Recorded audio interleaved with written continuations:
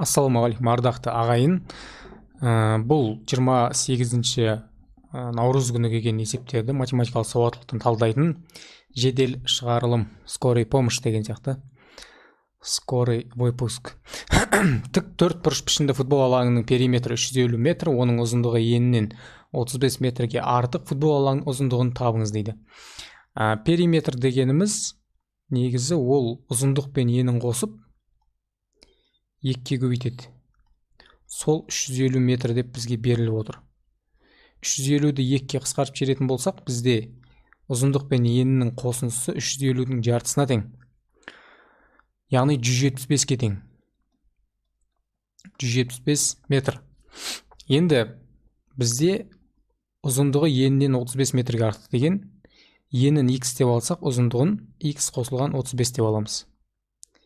Енін x деп алайық, кішісін, үлкенін ұзындығын x қосылған 35 дейік. Енді осы екеуін қосатын болсақ, бізде 175 метрге тең. Ұзындығы x қосылған 35-ке, ені x қосайық. 175 метрге тең.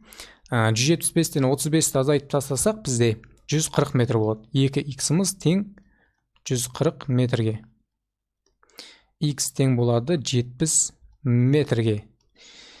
Бұл x деп отқан ені 70 метр. Ал бұның ұзындығы 35 метрге одан ұзын, яғни 105 метр болады. 70 қосылған 35-тен 105 шықты. Сонымен бізде футбол алаңының ұзындығын сұраған 105 метр деп жазамыз. Енді екінші, үшінші есептер жоқ. Мынаяқта 10 есеп екен, 9 есеп қойдым. 9 есеп па, сондай. Ауданы 45 метр квадрат еденге төсеніш қажет болды. Кеседе құрылыс дүкеніндегі ламинаттың бағалары көрсетілген. Берілген ауданға сәйкес ламинат бағасы қанша екенін табыңыз дейді. Енді бізде 45 метр квадрат болғандықтан 40 пен 60 метр квадраттың арасында деп жеңілдік аламыз. 6900 теңгеден 1 метр квадратқа. Бізге енді 45 метр квадрат үшін керек, 45-ке көбейтеміз. Сонда біздің ақшамыз шығады төлейтін. 6940 көбейтілген 45, 310.500 болады екен. 310.500 теңге деген В нұсқасында тұр. Кезек 9-шы есеп, 5, 6, 7, 8-ді біз аттап кетіп жатырық. Оңай есептер сияқты, соған қарағанда. Олар шықпаған. Жансая ұзындығы 36 см сымнан 3 бұрыш құрастырды. Бірінші қабырғасы екінші қабырғасынан бірге кем дейді. Ұзындығы 36 см сымнан 3 бұрыш құрастырады. Яғни периметрі 36 см ғой, 3 бұрыштың. Бірінші қабырғасы екінші қабырғасынан бірге кем. Мысалы, екінші қабырғасы x болса, жарайды. Үшінші қабырғасы бірінші қабырғасынан 2-ге артық дейді. Жарайды, біріншіні x дейік, біріншісі x болса, екінші қабырғасынан 1-ге кем. Яғни екінші қабырғасы x қосылған 1. Ал үшінші қабырғасы бірінші қабырғасынан 2-ге артық. Яғни ол x қосылған 2. Бәрі дұрыс, е? Үшбұрыштың қабырғаларын табыңыз. Енді мына жерде бізде үшеуін қосса 36 болу керек. Және екіншісі біріншісінен 1-ге артық болу керек. Мына жерде тең болып біткен С нұсқасында. Д нұсқасы, Е нұсқасы келіп тұр, 1-ге артық. Мынау үшіншісі екіншісінен біріншісінен 2-ге артық келіп тұр. Бірақ мына В нұсқасында келмейді. Мынау үшіншісі біріншісінен 2-ге артық емес, мына жерде 8-ге артық. А нұсқасында да 15 оннан 5-ге артық. Енді мына жерде екеуі де орындалып тұр. Екіншісі біріншісінен 1-ге артық, үшіншісі біріншісінен 2-ге артық деген орындалып тұр. 14-12-ден 2-ге артық. Бірақ үшеуін қосатын болсақ 36 шықпайды мына жерде. 12, 13, 14-ті қосатын болса, бұл жерде бізде үлкен сан шығып кетеді. 39 шығып кетеді. Ал бізде 36 болу керек. Тек қана Е нұсқасы. 11, 12, 13-ті қосса 36 шығады. 10 есеп сыныпта 3 оқушы ән айтады және 6 оқушы би билейді. Қанша тәсілмен бір әнші және 2 бишіден тұратын топты таңдап алуға болатынын анықтаңыз. 3 оқушының ішінен ән айтатын. 1 оқушымны мен теріп алуым керек. Және 6 би билейтін оқушылардың ішінен мен 2 бишіні теріп алуым керек. 6-ның ішінен 2-ін таңдауым керек. 3-інің ішінен 1-ін таңдап алудың 3 тәсілі бар. 6-ның ішінен 2-ін таңдап алудың мен тура 6 көбейтілген 5 бөлінген 2 деп дуэт есептеріндегідей шара саламын. 2 мен 6 қысқарады, мұнда 3. 3 жердегі 5 15, 3 жердегі 15-іміз бізде 45. Терудің есебі комбинаторикадағы. Осылай шығарамыз. 11-ші есеп 3 серіктес сауда-саттықтың жаңа жобасын іске асыру үшін 3700, 4200 және 5000 доллар салды. Олар қанша теңге салды? Теңге деп біз доллар. Жалпы қанша доллар салды олар? Қосатын болсақ бізде 12900.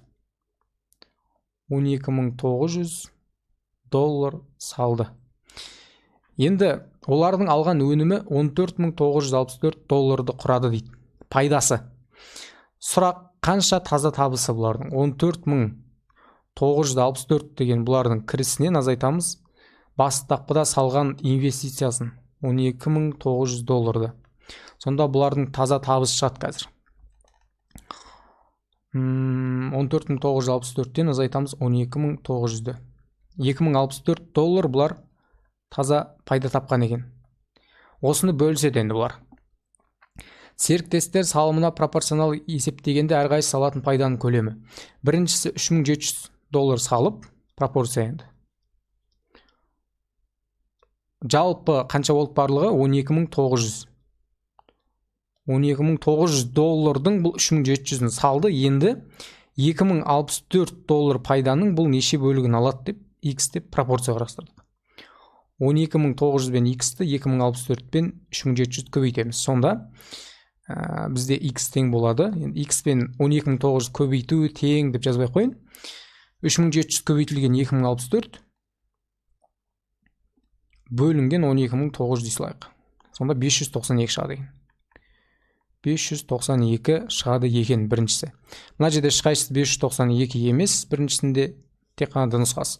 Екіншісін табу үшін 4200-ді 3700-дің орнына қойып, 4200 бен 2064-ді көбейтіп, оны 12900-ға бөлсек 672 шықса керек. Біз оны есептеп отпай қойық, есепті уже біз шығарып қойдық. 12-ші есеп бірнеше шаруа қожалықтары бірігіп суретте берілген өлшемдері бойынша ұзындығы 1 километр канал қазуды ұйғарды дейді.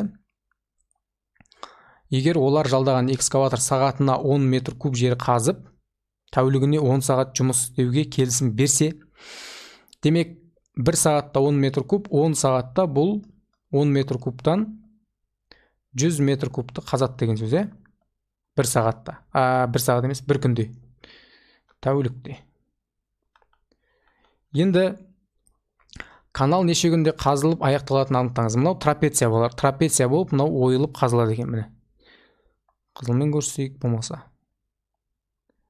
Осындай трапеция тәріздес, ары қарай ойып біз қазады екенбіз мынаны. Төбесінен көрсеткен мынау бізде сурет. Енді біз трапециямен мынау ары қарай кететін болса, бұл призманың аудан көлемін табу үшін біз бұның табанының ауданын табайық. Табанның ауданын табамыз, ол трапеция, одан кейін биіктікке көбейтеміз.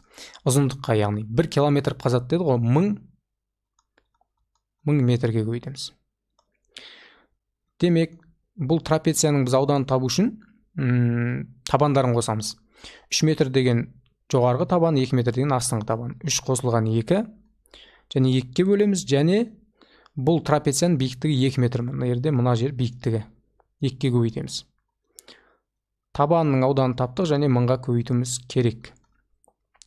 Енді 3-ке, мынау 2 мен 2 қысқарасасын, 3-ке 2-ні қосса 5, 5-ті 1000-ға көбейтсе 5000 метр куб жерді біз не істеуіміз керек? Қазуымыз керек. 100 метр кубты бір тәулікте қазсақ, 5000-ді бөлеміз 100-ге. 2 0 мен 2 0 кетеді, сонда 50 тәулік, яғни 50 күн ішінде біз қазамыз. С нұсқасын белгілейміз. Мынау суретті дұрыс түсіну керек. Мына жерде балалар бұл шұңқыр. Төбесінен көрсетіліп тұр. Осы жерді шұңқыр қылып, біз ары қарай тікесінен қазамыз деген сөз. Келесі 13-ші есеп дейді. АБ өрнегі мынандай жаңа логикалық амал арқылы берілген. Мәнін табыңыз. Бірінші балалар біз мынаны табайық. 2-нің мынандай белгі, одан 1. 2 мен 1-ді қойық, А мен Б-ның орнына. 2 А дегеннің орнына 2-ні қоямыз, Б дегеннің орнына 1-ді қоямыз. А дегеннің орнына 2-ні, Б дегеннің орнына 1-ді. сонда 4 бөлінген 3 деп тауып алдық. Енді біз мына жақшаның орнына мына жерге 4 бөлінген 3-ті қоямыз. 4 бөлінген 3, одан кейін мынандай белгі 2. Осыны есептеуіміз керек. А-ның орнына 4 бөлінген 3-ті, B-ның орнына 2-ні қоямыз. 4 бөлінген 3-ті, B-ның орнына 2-ні. Так, мынаяқта 4 бөлінген 3 қосылған 2. Енді мына жерде 16 бөлінген 3, 16 бөлінген 3 бөлуді жаза берейін. Мынаяқта ортақ бөлім 3-тен берілсе, 6-ға 4 10, 10 бөлінген 3.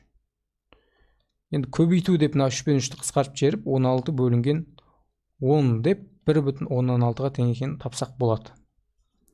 Жауап С нұсқасында тұр екен. Мына басында біз мына жерде 2-ні А-ның орнына, B-ның орнына 1-ді қойып тауып аламыз. Шыққан санды осының орнына жазамыз. 4 бөлінген 3 таптық па, 4 бөлінген 3-ті жазамыз да. Енді А-ның орнына 4 бөлінген 3-ті, B-ның орнына 2-ні қойып есептедік. Мынау 2 жағдайымен шықты, осылай 2 рет есептедік. 14-ші есеп, кестеде сандар белгілі бір заңдылық бойынша орналасқан, сұрақ белгісінің орнындағы санды табыңыз дейді. Мына жерде қоса салған әшейін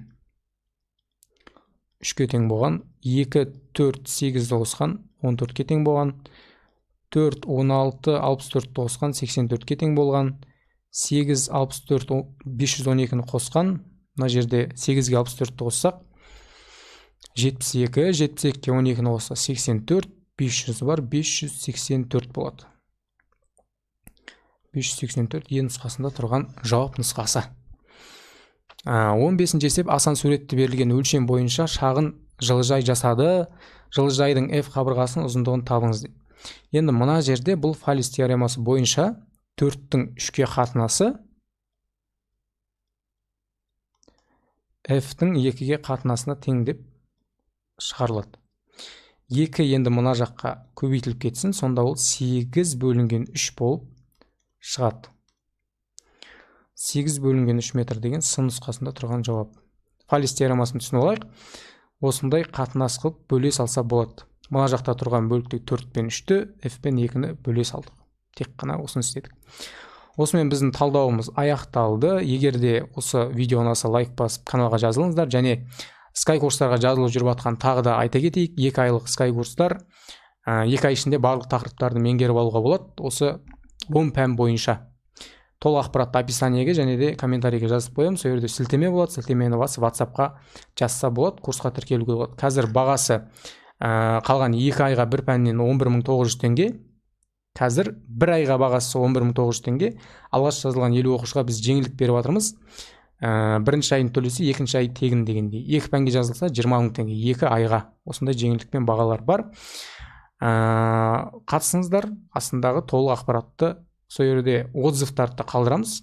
Телеграмға сілтеме болады. Сол жерде оқушылардың жазған отзывтарын оқып барып курсқа жазылуларыңызға кеңес беремін.